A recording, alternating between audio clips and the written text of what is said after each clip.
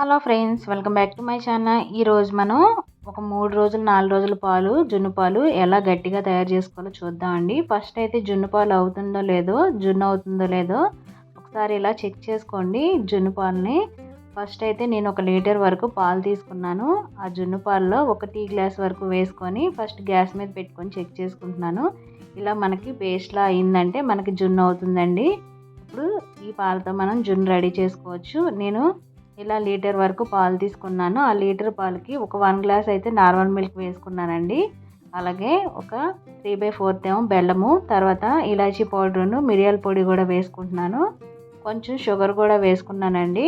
అలాగే కొంచెం పసుపు కూడా వేసుకోండి. నీసు వాసన అలాంటివి రాకుండా పాలలో చాలా టేస్టీగా ఉంటుంది.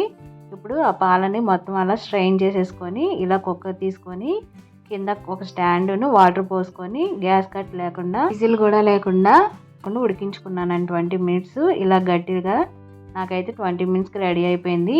ఈ జున్నుని ఒక 2 అవర్స్ పాటు మనం ఫ్రిడ్జ్లో పెట్టుకుంటే ఇలా చక్కగా గట్టిగా అవుతుందండి. ఇలా చూసారు కదా, రబ్బర్ లాగా ఎంత చక్కగా అయ్యిందో. వీడియో నచ్చితే please like, share, subscribe. Thanks for watching. Bye bye.